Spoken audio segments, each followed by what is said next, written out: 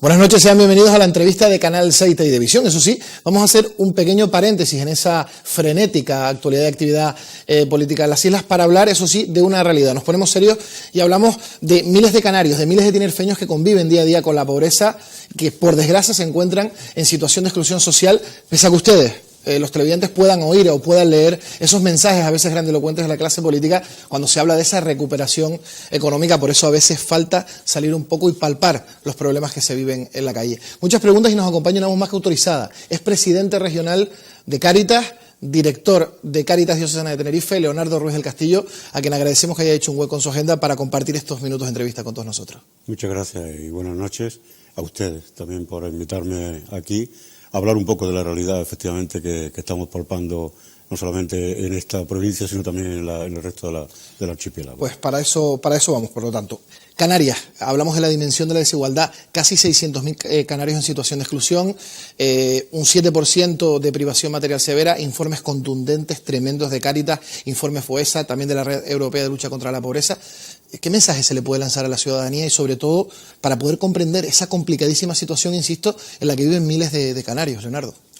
Yo, a pesar de toda esta situación, y precisamente en una fecha como esta, yo sí les doy esperanza para el próximo año 2016. O sea, que tengamos todos esperanza de que este año 2016 va a ser el año en que estas situaciones se vayan, si no eliminando totalmente, sí, al menos paliando bastante, ¿no? Es decir, que vayamos saliendo de la situación de exclusión social, de la situación de pobreza en que viven tantas y tantas familias en nuestro archipiélago. Yo quiero transmitir esa esperanza en estos días de Navidad, en estos días de final de año. ¿Por qué? Porque es importante que todos tengamos esa esperanza, porque es la voluntad que debemos tener todos para salir adelante, de una forma o de otra, pero nunca quedándonos estancados, ¿no? Si es preciso salir a gritar a algún sitio, pero que tengamos la fe y la esperanza de que vamos a salir, ¿no? Independientemente de, como digo, la situación por la que están pasando muchísima gente. A mí no me cabe duda de que en estos días de Navidad hay mucha gente que a lo largo del año no tienen nada que comer y necesitan de una ayuda de Cáritas o de cualquier otra entidad en la que podemos dar esas ayudas.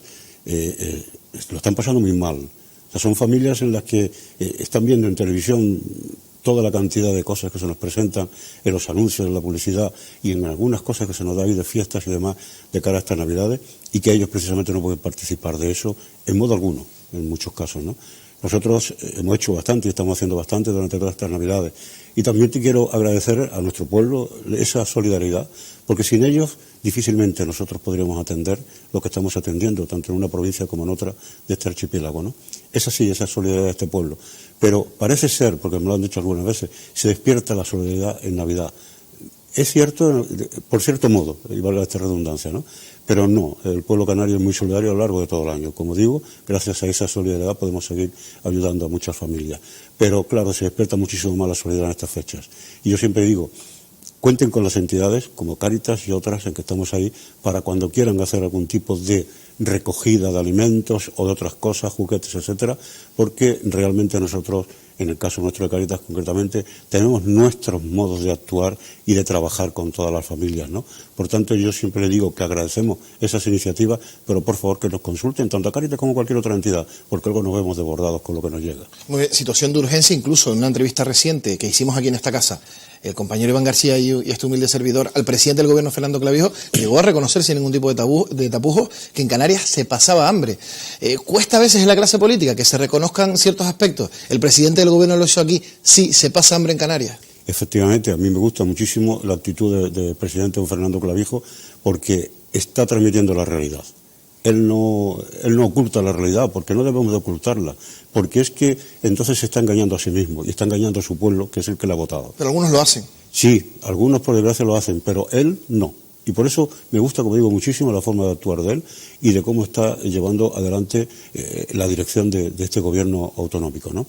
Y yo creo que se van a obtener logros con él. Por eso digo, esa esperanza que tenemos el próximo año, que cuento con él y con su gobierno para que esa esperanza sea realidad a lo largo de este año con todo el pueblo canario, ¿no? Y por eso me satisface cuando hablo con él o cuando él habla en público, que no oculta la realidad del pueblo. Muy bien. ¿A cuántas personas aproximadamente se pudo tratar Cáritas en este último año? En el año 2014 estuvimos superando los 20.000 personas. 20.000. 20.000 personas entre familias en la atención social de base, como yo digo, aquella familia, aquella persona que cruza la calle desde su casa para pedir ayudas a Cáritas, ¿no? Y también, por supuesto, en todos los proyectos y casas de acogida que tenemos en el archipiélago, en el archipiélago, tanto Cáritas en Las Palmas como aquí. Los 20.000 son solamente de Cáritas Tenerife. En conjunto en el archipiélago fueron 60.000 personas las que fueron atendidas. Un número realmente para llevarse las manos a la cabeza. Y en este año nos tememos que vamos a finalizar con un incremento mucho mayor del que nos esperaba. Superior a 2014, esas son las previsiones. Superior al de 2014, tanto en una provincia como en otra, nos tememos que se va a superar eso, porque las demandas han ido creciendo desgraciadamente a lo largo del año, y con la extrañeza en nosotros de que precisamente muchas de las familias que venían, y que han venido a la Cáritas, un 56% de las que hemos atendido, alguno de los miembros de esa familia estaba trabajando. ¿Han cambiado los perfiles con anterioridad, años anteriores hasta ahora? Totalmente. Hombre, desde que empezó la crisis en el año 2008, el perfil no es, por supuesto, el mismo de la persona que atendíamos con anterioridad. Pero sí, ha cambiado. Empezaron a venir mucha gente joven, muchísima gente joven que se habían dedicado a trabajar en el sector de la construcción, en el sector servicios, también, tanto ellos como ellas, formaron sus propias familias, tenían sus hijos y demás, ¿no? Y cuando todo el castillo de naipes se nos cayó, entonces fueron los primeros que desgraciadamente tuvieron que abandonar su casa porque no podían seguir pagando la hipoteca y regresar a casa de las familias, de los padres, de los abuelos y de otros familiares, pero que a pesar de ello, que fueron acogidos, y de ese llamado colchón familiar que hemos venido hablando en todos los medios sobre eso, necesitaban esas familias, muchas de ellas necesitaban ayudas de entidades como Cáritas, ¿no? Hay personas que no disponen de un empleo, se les ha acabado también la prestación, y después están aquellos que se han llegado a tildar de trabajadores pobres, que no pueden pues pagarle el alquiler o otro tipo de dispendios. ¿Tenerife no es ajeno a este fenómeno? No, en absoluto. Ya estoy hablando de que el 56% de las personas que estamos atendiendo en Cáritas, tanto aquí como en la provincia de Las Palmas, son precisamente en los que de esa familia alguno de sus miembros está trabajando. Y se ha dado en llamar no solamente por Cáritas, sino también, como usted ha dicho, los trabajadores pobres. La pobreza del trabajador. ¿Pero de quién es culpa? Los sindicatos lo han dicho. ¿De quién es culpa? Pues es culpa del contrato precario, en algunos casos, y del sueldo precario. Y los dos, puede ser también, ¿no? Trabajo precario, sueldo precario, o trabajo, yo conozco muchísimos casos de gente que está trabajando con un contrato indefinido, pero tienen el salario mínimo interprofesional, claro, que ha pegado una subidón inmenso.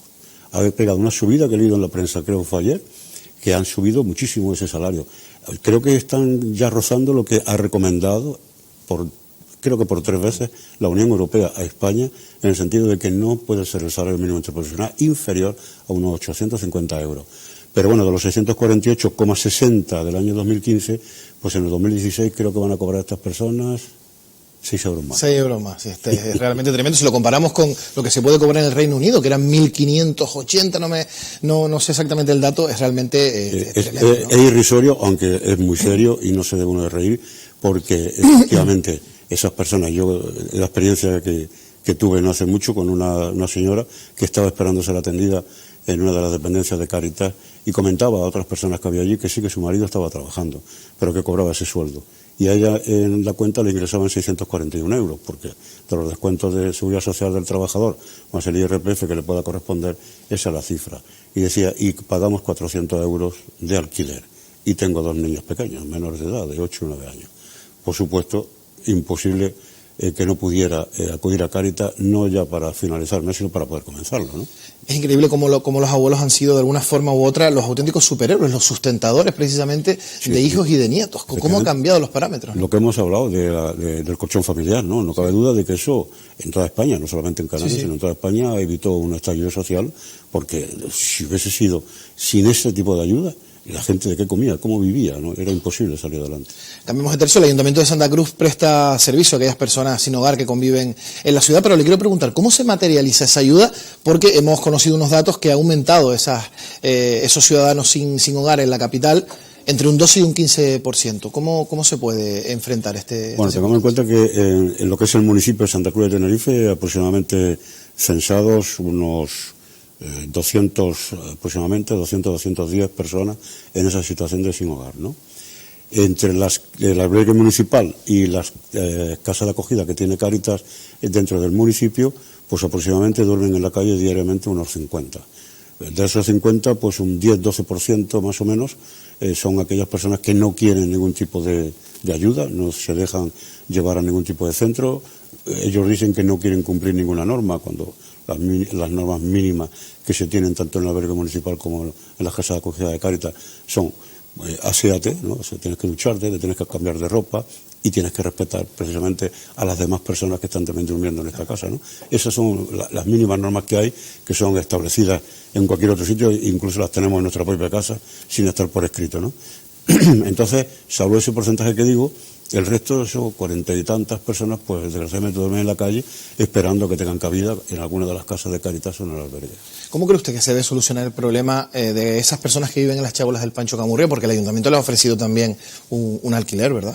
Sí, les han ofrecido una vivienda y pagando el ayuntamiento el alquiler. Pero son personas que no tienen empleo. Si no tienen empleo, ¿cómo van a pagar el agua y la luz, por ejemplo?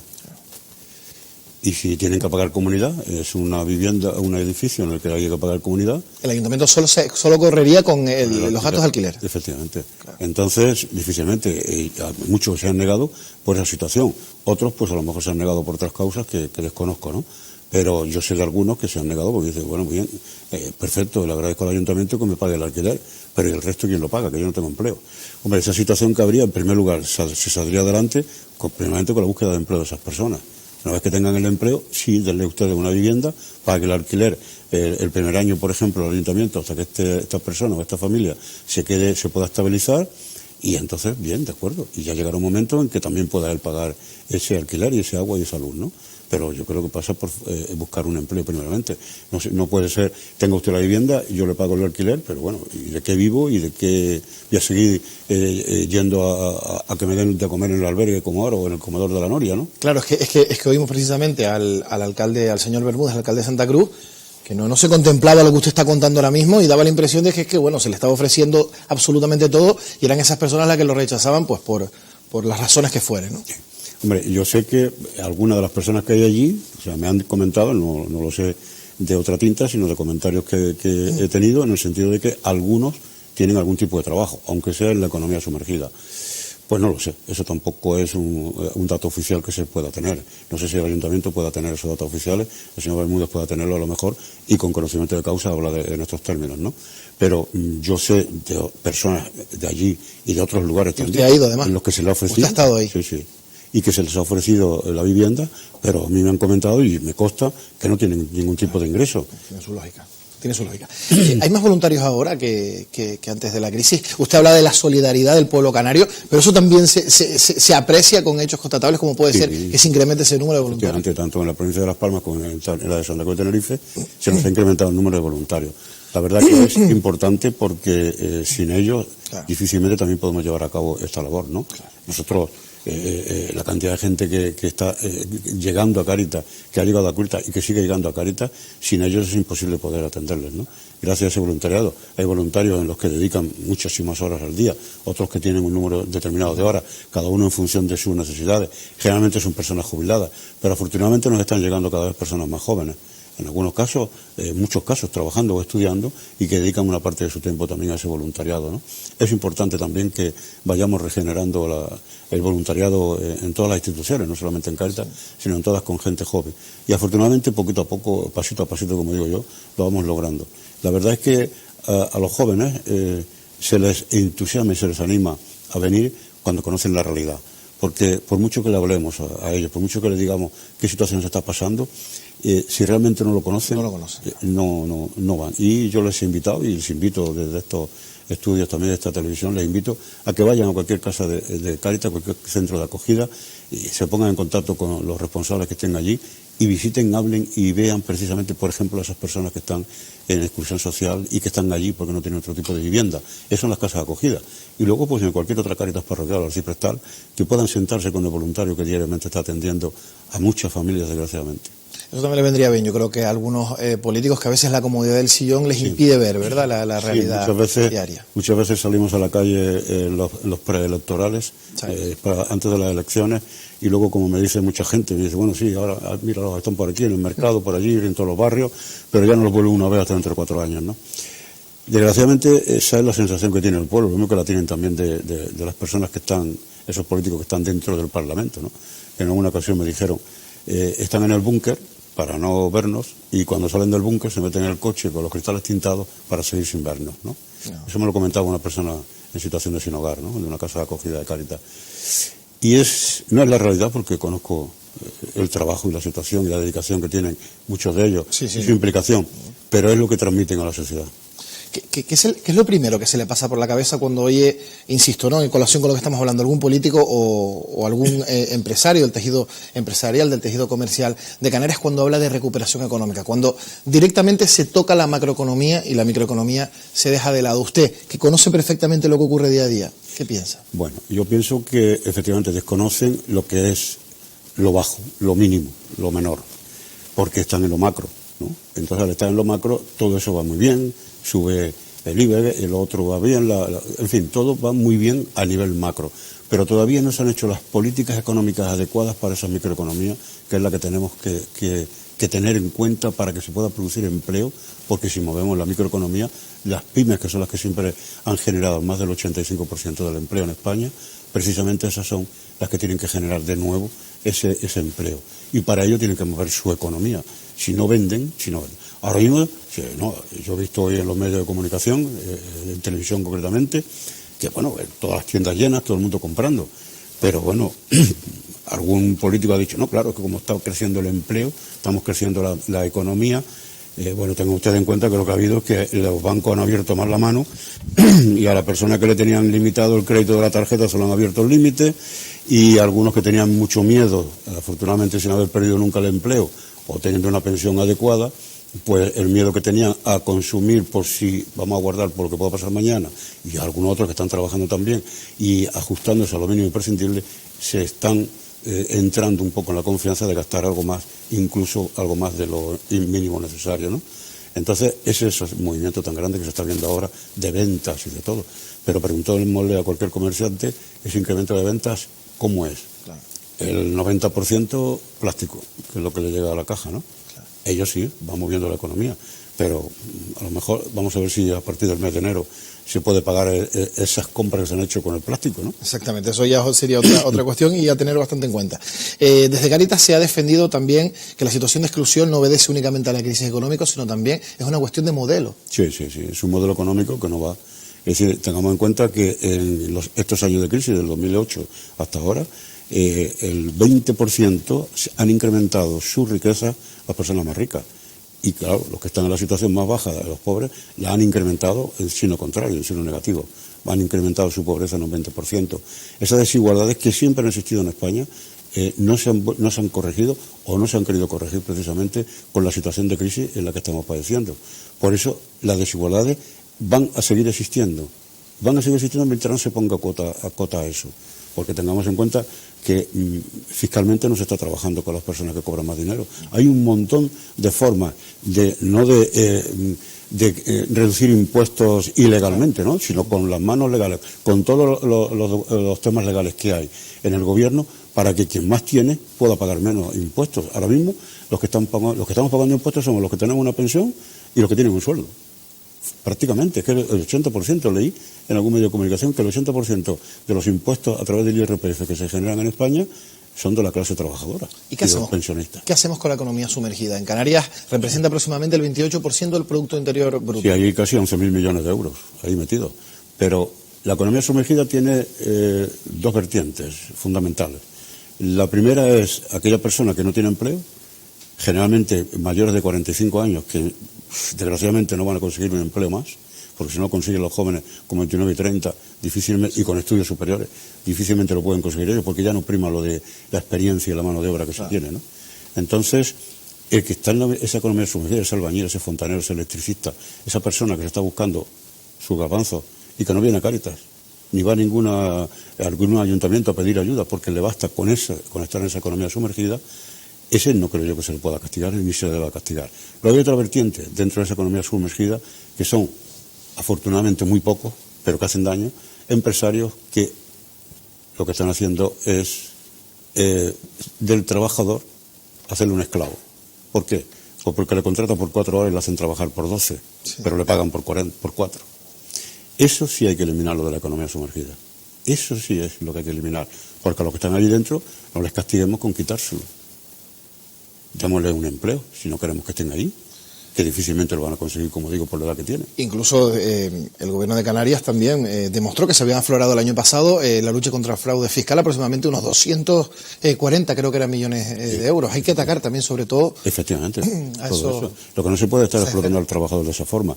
Y se explota al trabajador, ¿por qué? Pues porque precisamente hay una necesidad tremenda. Claro. Y cuando llega una persona a un establecimiento de estas características, a un empresario de estas características, y si no le interesa, hay una cola ahí tremenda. Esperando por eso. Hay algunos, por desgracia, otros no, pero algunos sí se aprovechan de esa situación. Por eso digo que afortunadamente son muy poquitos, pero que hacen daño. ¿Confía usted en Patricia Hernández para gestionar un área tan importante como puede ser el bienestar social? ¿Se puede mejorar respecto a lo que se hizo en la legislatura pasada? Pues mire usted, yo creo que la Consejería de Políticas Sociales es una consejería muy importante hoy en día, muy importante siempre, pero hoy en día muy importante con la situación económica por la que viven muchísimas familias y con la cantidad de demandas de ayuda que le están llegando a esa consejería a través de la Dirección General, que yo pienso que doña Patricia sería muy capaz de llevar esa consejería adelante, pero con los 2 cargos que tiene de vicepresidenta del Gobierno y consejera de Políticas Sociales, difícilmente podrá llegar a ejercer los 2, difícilmente, porque yo materialmente no voy a tener tiempo para ello, ¿no? Pero yo creo que, aunque hay una viceconsejera de Políticas Sociales, pero yo creo que doña Patricia es muy capaz de llevar adelante la consejería, pero ya digo, por sí sola, sin tener el otro cargo de vicepresidenta, ¿no? Porque eso le quita bastante tiempo para dedicar, como digo, a esta consejería tan importante. ¿Cómo se financia Cáritas? ¿Cuánto recibe de las administraciones? De las administraciones, según el último dato del ejercicio pasado y más o menos en este año también, aproximadamente estamos recibiendo un 40 y poco % de los más de 5 millones de euros que gestionamos, ¿no? Las Palmas, 1 millón de euros más, ¿no? Y nosotros aquí en Tenerife aproximadamente estamos en eso, en un 40 y poco % de subvenciones públicas. El resto son de subvenciones no, sino aportaciones de fundaciones privadas o entidades, también empresas y también de particulares. Tengamos en cuenta que un porcentaje muy alto de los socios aportadores de dinero mensuales son personas incluso con pensiones no contributivas. Vale.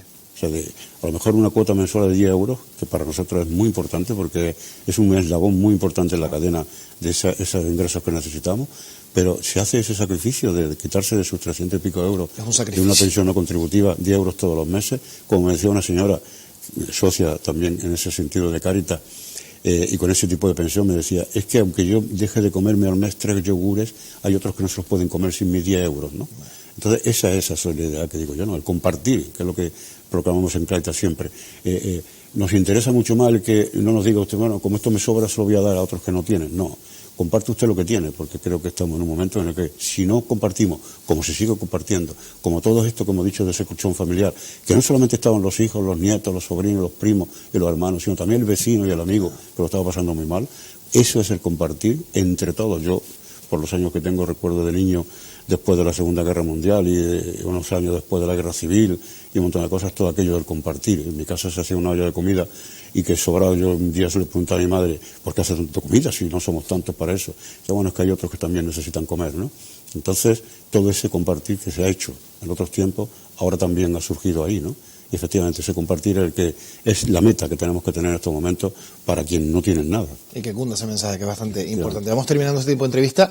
No sé si quiere relatar o contar algún proyecto, algunos proyectos que tenga a primera instancia Cáritas. Sí, hay bastante proyectos. Estamos trabajando para mejorar también el programa. Tenemos un programa que es Buscándote las habichuelas, que es un programa de agricultura ecológica. Está fundamentalmente en el municipio de La Guancha. Allí tenemos 2 fincas en él. Y ahora mismo estamos ya procediendo para el próximo año de una reestructura de todo él, ¿no? O sea, vamos a ver cómo buscamos empleo para las personas sin hogar. La única forma de buscar para las personas sin hogar empleo, precisamente va a ser, como no hay otra forma, va a ser metiéndola en la economía, en en las habichuelas, en lo que es la agricultura ecológica, para ver la posibilidad de que ellos por sí mismos puedan salir adelante, como están saliendo todos los emprendedores que ahora mismo tenemos allí, porque tenemos un grupo considerable de emprendedores que están saliendo adelante gracias a eso, a labrar el campo, pero de forma tradicional, no con la química y otras veces como se ha hecho anteriormente, sino como ahora mismo se llama agricultura ecológica, cuando creo que se debería llamar agricultura simple y llanamente, como antiguamente se le llamaba, ¿no? Y luego también, entre otros, tenemos uno también bastante importante que ha sido premiado por SEXA en sus premios, con 5.000 euros, en el que es un taller formativo de costura y demás, tanto para hombres como para mujeres. O sea que no vamos a discriminar a nadie, cualquier hombre o mujer que pueda acercarse ahí. Y entonces ahora mismo estamos viendo, porque es un proyecto muchísimo más amplio que el de los 5.000 euros, porque son más de 35.000 euros el costo del proyecto. Pero bueno, vamos a ver cómo esos 5.000 euros los ponemos en marcha ya y buscamos otra financiación para el resto que necesitamos de ese proyecto. Es un proyecto muy bonito de la Caritas Arciprestal de la Cuesta y que, bueno, pues con la colaboración de todos esperamos sacarlo adelante. Bueno, ya lo han podido oír, Leonardo Ruiz del Castillo, presidente regional de Caritas, también director de Caritas Diocesana de Tenerife. Que tenga usted mucha suerte y a seguir con esa encomiable labor en pro de los derechos también y de la justicia para todos esos miles de canarios que no están pasando una buena situación. Pues muchísimas gracias a Canal 6, a todos los oyentes, a todos los televidentes, y desearles, por supuesto, que este año 2016, que ya nos quedan muy poquitas horas de él, sea el año que todos esperan. Y yo sigo diciendo y me despido con: la esperanza es lo que va a crecer en el próximo año 2016. Muy bien. Muchas gracias. Por nuestra parte, nada más, le deseamos un feliz año. Ya nosotros regresamos la semana que viene. Seguimos ahondando y analizando toda la actualidad política, social y económica en Canarias, en Tenerife. Recuerden que en esta casa no nos olvidamos tampoco de esa importante siempre perspectiva municipal. Pasen ustedes un feliz año y que pasen muy buena noche.